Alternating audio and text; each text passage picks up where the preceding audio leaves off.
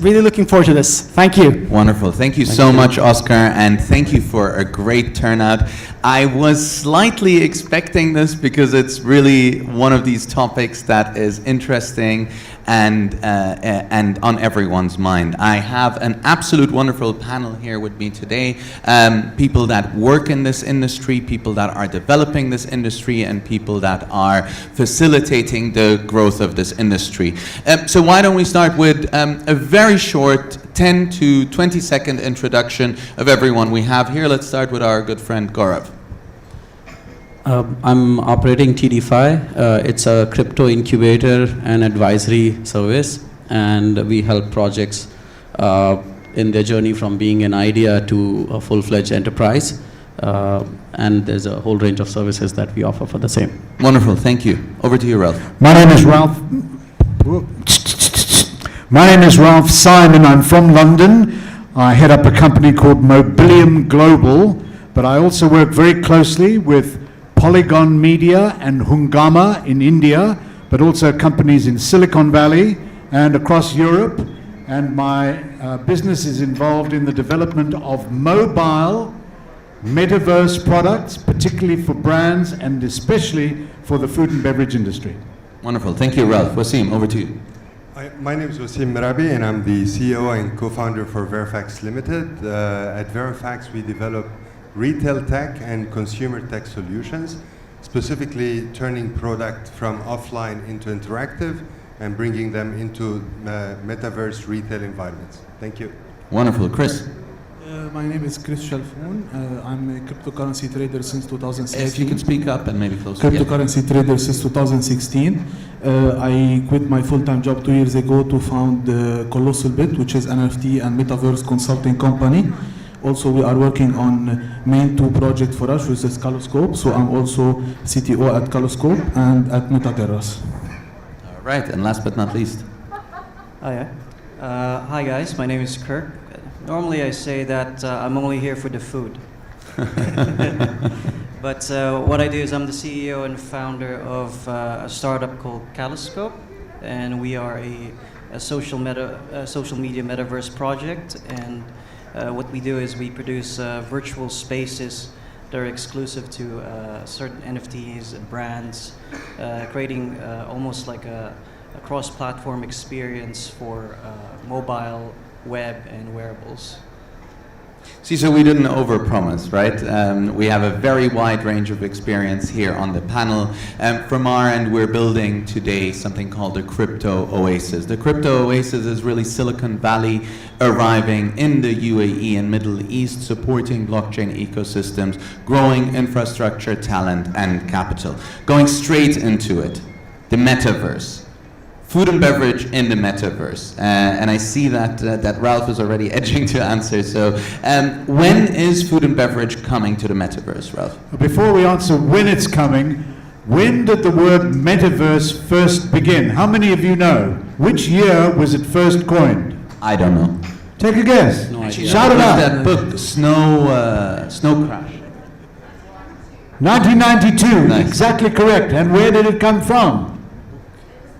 Snow Crash. Exactly. It was a very famous book by Neil Stephenson. So think about that. 30 years ago was when it first came up. But of course now, why one has to look at it, how many of you here yesterday saw Benjamin Kaleha from Livet? Where's Benjamin? He's here in the audience today. Where's Benjamin? Is he here? No, he's doing some business outside. Benjamin from Livet showed some incredible examples of how in F&B you can enhance your revenue by effective use of technology in your restaurants, in your food and bev preparation, in hotel operations. It was really incredible. If you can get to see the video of his session from yesterday, it'll really give you a very good idea. But with Metaverse, just to give you an idea of some of the brands that are starting to utilize it, Coca-Cola, obviously doing something, Nike, Adidas, PwC, PricewaterhouseCoopers, a whole division, Roblox, the gaming company, very big in this space, Louis Vuitton and Balenciaga, but now it's moving towards how you can develop your F&B, because if you do it, you can have inclusive technologies that can really help you widen the reach of what you're doing. If people look at video games, it tends to be only exclusive, one person at a time. But with the metaverse, you can really broaden your message way out. So it's a marketing element at the moment, but growing to be what is called Web 3.0. Wonderful. Thank you so much, Ralph. Wassim, when is the metaverse coming to food and beverage? Well, honestly, I think we're already there. With the application of product unique serialization, smart serialization, this is a proof of ownership, which is an NFT, which allows for every product to become interactive, and you're able to actually interact, deliver an experience that is impossible to do before. When you look at all the e-commerce, it is already moving into the 3D. I think Ralph just mentioned that. So more and more retail people don't want to swipe and swipe and swipe.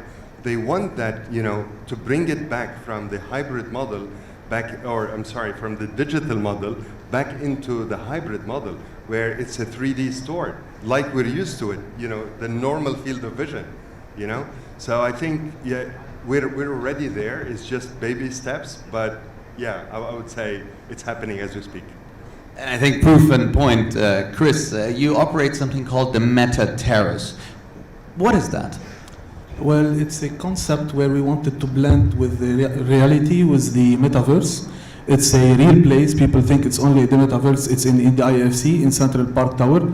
It's a lounge-style area where we will have interaction. We want to build the crypto community place there, where we will have interaction, VR, AR, in real world and in the metaverse. We are building a virtual version of the Meta Terrace in Sandbox in the metaverse.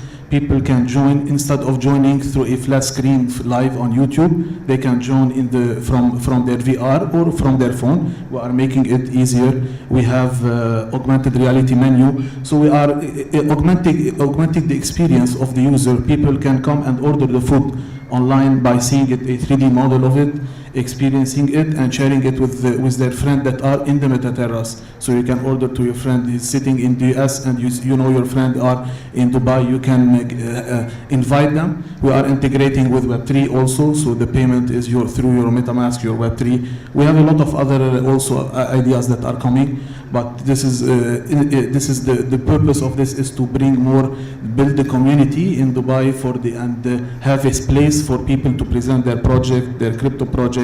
If you have a VR project, we have already VR headset there. So it's a environment for the crypto community to grow and connect with the metaverse. That is absolutely impressive. And you've opened the doors, I think, a month ago, a couple of weeks ago? Yeah, we did a soft launch. Soft launch. Yeah, in December. We tested the ground and all the technology that we're building. And now we are under construction, and we are building it. We're hoping to start opening by 1st of March. Interesting, super. Count me in, I'll be right there. Gaurav, you look at this from a bit of a different lens, right? You support companies that are entering this space. If you look at the companies you see in tDeFi, right? The companies that are addressing particular food and beverage, in the food and beverage industry, how do you see this industry developing? How do you see companies? Are you seeing more companies coming out? I'd love your insight on this. Like you said, I have a very different view of how Metaverse as an industry is evolving. And I've got to give you a little background, and by the way, I'm just advocating the same phenomena across all the talks that I have over the next 2 months. So don't get bored of the repetition. We've all seen the blast of e-commerce industry. And whilst it touched the $1 trillion industry mark, we didn't see as many e-commerce succeeding further. While the next fleet of unicorns were the one facilitating e-commerce setups, right? So instead of building your own e-commerce, people started building facilities. And even today, we have some of the largest companies coming up in terms of valuations that are facilitators, robo companies, delivery chains, even in blockchain supply chains, there are recent unicorns coming to facilitate e-commerce as a beast as it is.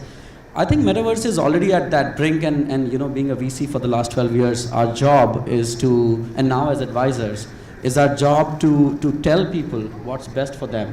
So now we are particularly looking at service providers, and this is where I think I should coin a statement. Rather than bringing metaverse to food, we should take food to metaverse. There are already so many successful metaverse, and food is such a common topic. You really can't create a metaverse of food. Dude, food is what we have 5 times a day, at least me. I don't know those who are dieting. Lucky man. Yeah. So how can you limit it to a single metaverse? You have to take it to Decentraland, you have to take it to Sandbox, you have to take it to everywhere, right? And similarly for all the services, so we are like more focused. God has given us a chance. We're super lucky to have a huge pipeline of applicants. And now we're only choosing and sort of incubating companies that are service providing. We're not technically incubating more metaverses. We have some of the unicorns there. For example, we have companies that are facilitating audio, like live audio. Simple thing, very simple, but very tough to solve. Communication, movement, and then knowledge, education, Wikipedia, GitHub model. How would you GitHub on Metaverse? Have you thought about it? You've been doing it on 2D in text. Think about a GitHub on Metaverse. So we are facilitating, we are looking forward for these kind of companies. We are helping, supporting them with the knowledge that we have from the orthodox investing world, and taking them to more metaverses through our connections, and then help them grow. So that's my overall approach. I don't think there are more chances of a new metaverse succeeding. I think rather if they would optimize themselves to be a service provider. For example, in this particular to this conference, if there are food providers, there are restaurants who are who are planning to go 3D, they should approach these popular metaverse. And the live example I can share here is our the PR went yesterday. We are now partners with Equibank. So Equibank approached us. It's a crypto bank, and we are taking them to metaverses, not one, all the metaverses, so that you'll have access to financial services, crypto banking, real financial products, loans, insurance, whatnot, on every metaverse. So there'll be branches of Equibank there. Why not we have food and restaurants there? And that's a beautiful point that you make, right? Suddenly we see more and more branches opening up in the metaverse, real life branches that are now moving to the metaverse. I had my first experience in the metaverse way back when in '94, when I wore VR glasses for the first time, but I tried the Oculus the other day. It is absolutely impressive and amazing, and it actually, you feel like you want to stay there. During COVID though, unfortunately, we've seen a lot of retailers go out of business, right? How, Wassim, do you see that the metaverse can help these retailers that have gone out of business? Yeah, well, I mean, this is an amazing question, by the way. I think today the retailers, they are facing a problem if they haven't actually jumped on the first bandwagon of digital transformation. Now it's a second bandwagon, but it's a huge opportunity for the retailers. How can you build your flagship store within a metaverse environment? How do you actually turn that into a global and local store, with all the right languages, right range, right products? And how do you then communicate and enable, your promotions, your local promotion, your channel promotion, your consumer promotion? And how do you personalize that when you have more direct interaction with the end consumer? And this is where Verofax is actually, providing services for retailers and consumer brands to interact on offering that perfect, 3D experience, and then also the perfect validation of the product with smart serialization. Can you name drop some of your clients? Well, some of them are actually sitting in the front row. So we have Fresh and Fine here in UAE that we're working with. We have global brands such as, for example, we cannot yet mention the brand, but it's a Fortune 500 brand that we're currently doing some global promotion for them. We have different environments where weddings are also happening, different kind of stores for buying metaverse goods to be gifted in those weddings. We've seen a recent event happen in India that attracted hundreds of thousands of people, if not more, millions of people actually from around the world. So, you know, it's quite an interesting world that we're going into. It really is the best time to be alive, if you ask me. And we've heard so many big names, right? We've heard from Ralph. He told us about Adidas and Nike and Louis Vuitton and Balenciaga. We've heard from you, Wassim, around local brands adopting it. We've heard about banks. How do you see that developing? What is your point of view on the companies that are coming to the metaverse, and how do you think that they will start interacting with the wider public? I mean, for me, the way I see it, I think the best input for companies right now is also to take a look at gamification of the experiences. So, you know, a lot of the times when you're presented with, you know, F&B, you know, food-related projects, it's a bit boring. So I was part of the hemp and cannabis industry over the last 5 years. Oh, careful. But, you know, like, and the point is really, it's like... In case there's a recording, let's take that out of the recording. The gentleman is a very nice gentleman. He works in the metaverse, has nothing to do with any illicit activity. But it's really the educational part on how to get people more involved with, you know, just trying to understand your food. So we, like a good example is one of our partners in Spain. They produced a sort of like a mini game on a QR code placemat on a menu. So the best way to do that, you scan your phone, you tap on that, and then people sort of register. So while they're waiting for their food, people can actually, you know, people can experience a game, and if they continue to play it, they can probably get rewarded with different other utilities, maybe discounts further on while eating, or maybe like another experience for another business. So just cross collaborating with other businesses. But yeah, I mean, sky's the limit when it comes to the metaverse. But I honestly think that adding extra utility, making it more enjoyable for the users, could be a way to attract more people, local people to retail consumers. And then, you know, there are more ways where people don't have to be essentially crypto to understand this. One of our companies has already onboarded like top-notch financial brands, fashion brands. I'm talking about the top 20.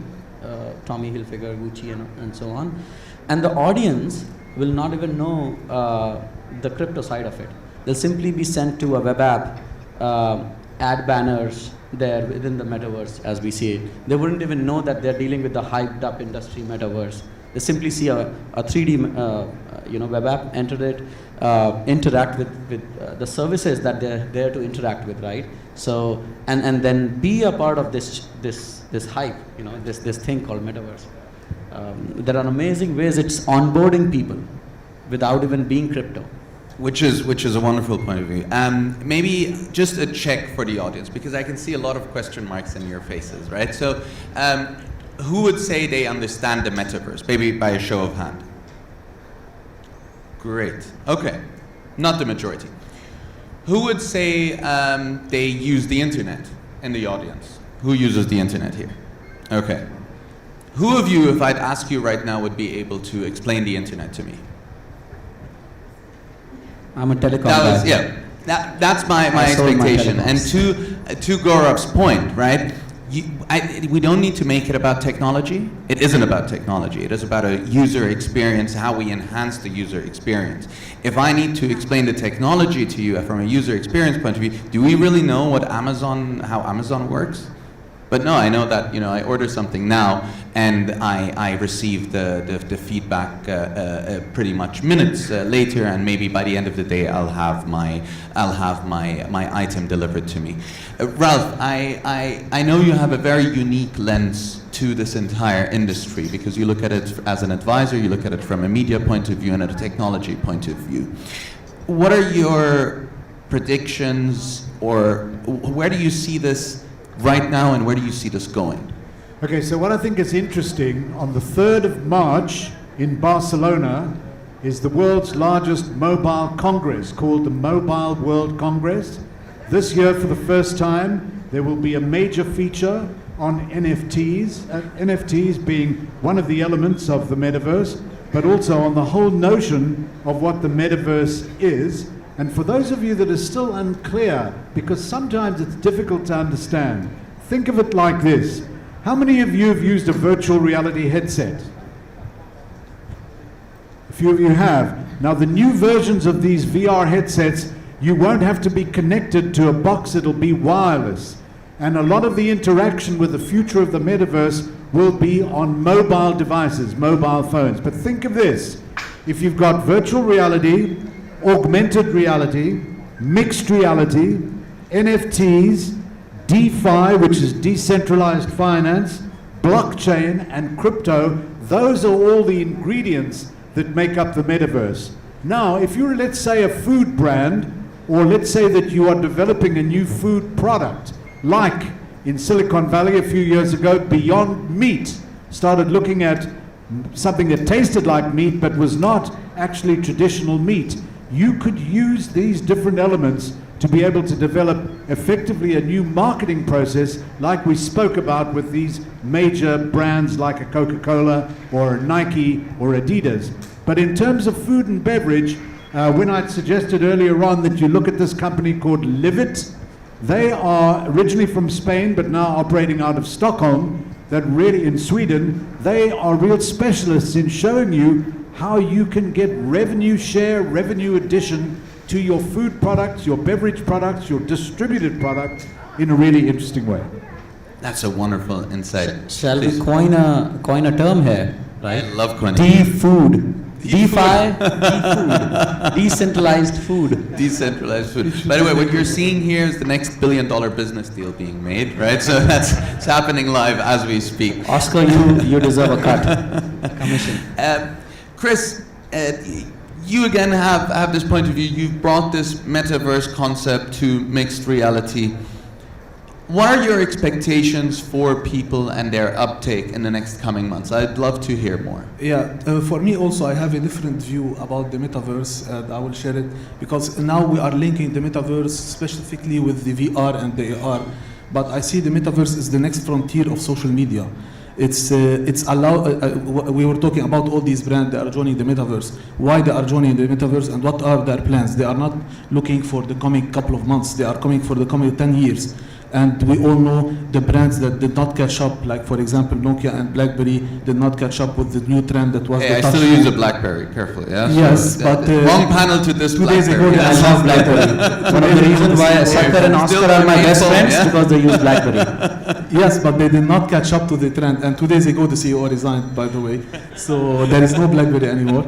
But we're going to say that all the brands, they are looking to join the next frontier of social media. I see the metaverse allows the brands to interact directly with the user and the customer instead of using this big giant intermediary like Facebook, Instagram, and Google. So now, because we've seen also how easily Twitter can cut off a brand and they disable their account and they cannot connect with their customer. I see more the metaverse will allow the brands to directly connect with their customer and with the integration of Web3, directly connect with their wallet and they give them experiences that they cannot provide in their daily shops. For example, the augmented experience in the metaverse.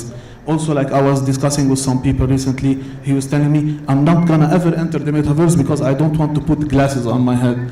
And literally at the same time, he received a message on WhatsApp, and I was speaking with him, and he was in a totally different world. I told him, you are already in the WhatsApp metaverse. You are already in the metaverse with the person that you're talking with. So people think that the metaverse is just putting a headset and cutting off from the real world, but it's not about that. It's about augmenting the experience, giving the brands also a power to connect directly with the user and interact with them, give them more ability with the NFTs, more functionality. This is what we are doing also at Kaloscope and ColossalBit. I'm actually not liking the fact that no one's talking about HoloLens here. We're talking about mobile devices bearing the metaverse and DeFi. Tell us about HoloLens. Yeah, I think the future of metaverse and the future of interaction, digital interaction, is HoloLens and devices like those who would bear it all right within the device and still keep you facilitated. Look, I agree. There is one of the ways to interact with the metaverse will be the VR, at least for now. We have this bulky headset. In the future, there might be a lens on your eyes. There might be the HoloLens that we tried it. The angle of view is still small. It's getting better. The resolution is getting better. But we don't know. The technology is progressing. There is a huge investment with all the companies to build the new way to interact. But we always progress in a hybrid way. For now, we still have log in with Facebook, log in with Twitter, log in with Facebook. But later on, we have already log in with your MetaMask, this is the Web3 integration. And also we see for now what we are building, we are trying to build something easily accessible through mobile, interacting with the VR and AR through mobile.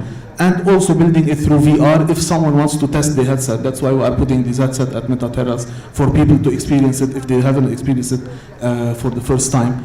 But we are looking to see what the technology will hold, because I believe it might be a chip in your head like what Elon Musk is building, which I don't agree with, but let's talk about it, or a lens. So we don't know how the metaverse will be in the future, but if a brand needs to be future-proof, they should start from now experiencing how they should interact with their customers. Sometimes you'll have to believe, though it's tough to, that some of the first and unsophisticated approaches to technology were the most adopted. More so it has to do with adoption than the technological development. So for example, we are still using C# as the core of coding. We're still using Ethereum as the core of blockchain. Not everyone will understand that, Gaurav. It's okay. So you know, probably the version of Metaverse we are dealing with would be the ultimate version of Metaverse that might have found the right adoption. 100%. And the latest in tech, the Solanas of blockchains as the Solanas of Metaverse would be, might still be a new thing and struggling for massive adoption. Okay, I want to switch gears here for a second, right? We're all excited about the metaverse. This really sounds cool. It seems like, suddenly we'll have customized experiences. We'll have enhanced taste experiences. I heard We'll about be in the Matrix. We'll be in the Matrix, right? And brings me to the Matrix is one of my favorite movies, for the record. And there, immediately to the ethical implications of the metaverse. I feel in technology, we're not too good with governing technology and then actually adopting it. Best case example is what is happening with AI. We are all today AI user, we are all social media users, but really we are being used and abused when it comes to AI. If we look at data sets in AI, they don't represent minorities, they don't represent well for the female population of the world, for the colored population of the world, for anyone that wasn't part of, let's say, the programming team or the focus data sets. I'd like to hear from the panel, and I'd like to start with Ralph. What are ethical considerations for us to implement today so that we don't come and have this technology essentially be somewhat of a negative effect to us? That's a great question and very timely. Just last week, Roblox, the major gaming platform, had to deal with an issue where people, mainly young people under 16 playing games on Roblox, found that if you went to a Roblox room relative to your game, there would be content and stuff that was really pornographic, which really made Roblox, which is involved with hundreds of millions of players every day, doing mostly something underage players, right? Exactly correct. Very, very important. So that's one of the issues. There's a fascinating company in America called the Algorithmic Justice League. It's a group that are looking directly at the question of ethics in terms of artificial, or really the real name for artificial intelligence is assisted intelligence, not artificial intelligence, although people call it that. But the Algorithmic Justice League, if you just look up algorithmicjusticeleague.com, it's a fantastic site that is looking at just these issues, because if you've got a brand that you've developed over years, or you've got a service that you want to develop, this can give you some idea as to how you have certain watchguards to make sure that you are doing the right thing so that you can do well by doing good. Ralph, 2, 3 suggestions, or maybe one that we need to start adopting from a technology point of view in the meta. Well, first of all, there are many metaverses already existing, well over 300. And I think the best thing one can do is to try, if you remember 15, 20 years ago, you'd look for a search engine optimization element, or SEO, search engine optimizer, and engineer. So now you need to look, if you're developing a brand, particularly on a global basis, or even here in the UAE and the Middle East, you've got to now think of Metaverse as a key element of your planning in all aspects of product development, service development, marketing development, and ultimately sales development. Wonderful, thank you so much. Kirk, ethical considerations for the Metaverse. Ethical-wise, it's also a good consideration because identity is probably a good example. The freedom to be who you are in the metaverse. I could be a lion. I could be, you could be any gender. I could be a car. I could be walking around. And how do you sort of put parameters on that and say, there's a freedom of expression in a virtual identity, but does that correlate to something else? Let's say, okay, this is a metaverse for, I don't know, women. How do you find, just for women? Then how do you segregate that?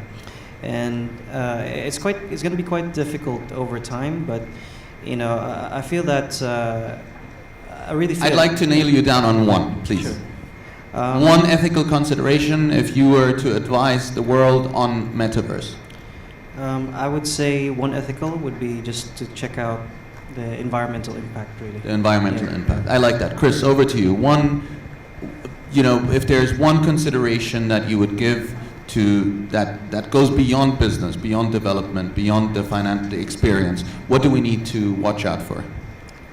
I know we will have a lot of difficulties, and these are the challenges, the problem we've heard about sexual harassment and stuff happening in the metaverse. These are challenges that we faced early on in Facebook and Instagram and in all the other. We're still not fixing them. We're still facing. These are ongoing challenges. There will be always ways to turn around and find new ways, and we will find a way to fix this. So the only thing I think about is to advise to be mindful and understanding. This is a new world. It's very early. There will be a lot of issues. We cannot cancel these issues and say I'm not going to go into the metaverse because of this, because of that. We need to have open mind and report whenever there is some issue and try to fix them. If you have an idea, you should go around and try to build something to fix, because this is an opportunity for a business that is still missing in the metaverse, of course. Right, to quote His Highness Sheikh Mohammed, he said the easiest way to tell the future is to actually build the future. Wassim, what would your ethical considerations for companies, or you as Verofax are an active part in this, what are ethical considerations you're implementing? Well, there's a number of them. If we were to really, boil it down, it boils down to having a Web3 verified identity, right? Right. And then standardization for the industry. I think, if there's, I'm sorry to have named two, but that's really what it comes to. Regulation always comes late. Web3, blockchain-based, decentralized identity is still not here because we're still broken down into 193 countries, and you have those centralized authorities that is issuing us that recognized identity. I think the future is promising to have that decentralized identity, but it's not yet around. How about you, Gaurav? 2, 3. If I would be wearing my decentralization evangelist hat, I would have walked out of the panel already. We're definitely not discussing decentralization here. We're coming back to our old motives of centralization, control, authority. I do agree to the ethical practices. I think there should be regulations for sure. But just to put not a thin line, but a thick wall, we're not discussing decentralization first. Now that I'm discussing centralization, control, and authority with the spirit of decentralization, I think I'd build upon what Wassim said, simply having a verified identity and a unified score across wherever you're moving, so that you're scored across natural traits of human, so that the identity, though being private, still has a score, right? So let's say if you're interacting with the kind of content you're still building a score of engagement with that. And hence, and believe me, if I keep speaking on this, it will seem like what we just discussed about the abuse of data and social media. You'll get into that. You'll eventually land there. But then it's complementing. It's just two sides of the same coin. The more you start implementing control, regulation, the more you're more likely to be abused, and you know, whatever we have seen with the social media data science cases, yeah, there's no exit. It's either decentralized or it's centralized and controlled. Interesting point of view. Ralph? Well, I think this notion of identity, very important. Those of you that are interested in making sure that identity is something that you can validate effectively, there's a great company called iProve, iProov.com. They are the world specialists that can help you do that in terms of mobile interaction as well as in terms of VR and AI interaction, because identity is absolutely key to the future of how the metaverse can work for your clients, customers, and future business. You're an encyclopedia, right? I love it. I was going to say. Plus, he gets paid for every name he drops. Adidas, Coke. And No, I know. No, I'm joking. Of course. You've got to do it right. Yes. No. I love it. I'm not attacking that at all. Wassim, over to you. I just wanted to have a follow-up on what Gaurav mentioned. You know, there is a thick wall between regulation and standardization. And I think, you know, what we need to make sure is that we don't... I'm sorry, would you please elaborate? How is there a thick wall setting between standards, regulation and standardization? yeah, so for example, in the healthcare, you're setting the standard on how to maintain the cold chain, right? So you need that in order for the product to arrive The safely. regulations stick and hook upon standardizations. Yeah, so the regulation is what governs that. But all I'm saying, at least if in the metaverse, you need to have a certain standardization for the identity and, you know, and the Web3 identity to prevent any kind of stealing of identities. You need to have a standardization of security. That is not the regulatory part. So Well, listen, just to be clear, right? 12 years investing, father of two, and living in the same world we all are. I am definitely a fan and on the side of regulations and standardization. I wouldn't imagine this world to be wild without regulators and police and whatever we have, the control around it. I mean, look at Dubai. It's one of the most beautiful places and a house to the wealthiest because they feel safe here. Why? Regulators. So I'm not against regulators, but then at the same time, I've been evangelizing decentralization since 2015, right? You can be right on both sides. Right? Decentralization will always sit against regulation. It will always sit, and we have to take it with a pinch of salt, so to say, with open arms. That's it. And I'll tell you, there'll always be a conversation. I wouldn't want to go controversial and call it a war, but there'll always be an anarchy around centralization that would be obviously decentralization, right? So again, sorry to disagree, but I think regulation is sitting on the top of standardization, and the anarchy around the concept of control, which is standardization and authorization and regulation, is decentralization to its core. I think it is a philosophical discussion Absolutely. that can go, and if we look at another technology that has actually gone in a similar way, we look at the internet.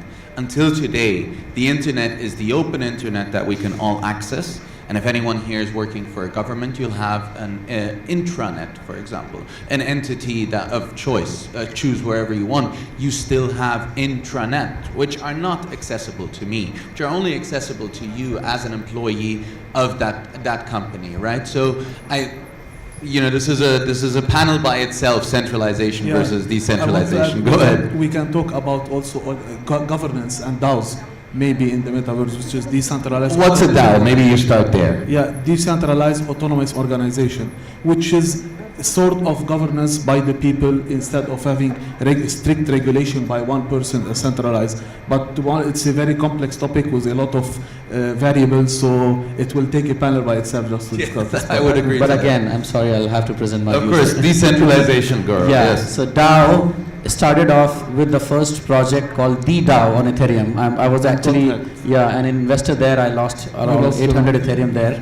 So quite keen to express my views. The idea started off from being a DAO, an opinion collector of vested people. That was DAO, right? What eventually, and the long story short, what eventually it has landed to is the Wyoming DAO control, the Switzerland DAO control.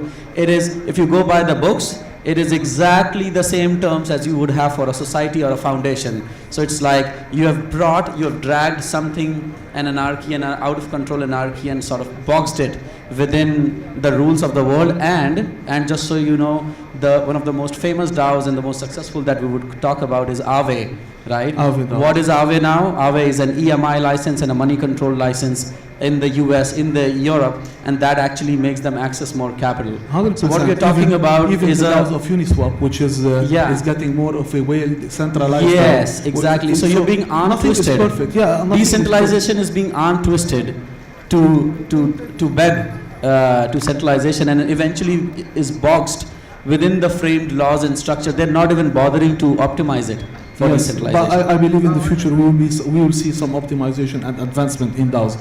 There is always issues. We have DAOs that we have now are not perfect, and they are coming of a centralized DAOs. But we hope we see more of a equilibrium in this part. Maybe hopefully in the future. Ralph, over to you. What I was going to say was, I think these comments are very pertinent.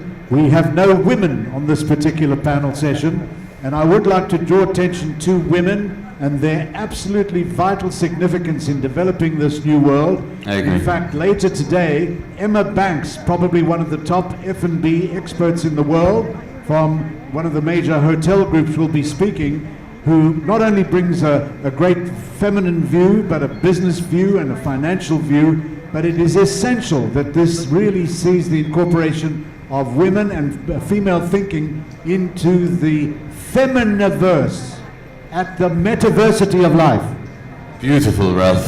Beautiful. Wassim. Registered companies. That deserves a round of applause. I just wanted to second, and I want to make sure that people understand that, women influence more than 65% of purchase decisions. In addition, they are the ones that strive more than the males for experiences. And this is where the metaverse is coming to play. It's actually providing that experiences, that 3D environment. Let's forget about DAOs and decentralization. Let's just go back to the first principles. The metaverse is all about augmented experiences. Whatever is your job or whatever you're trying to do.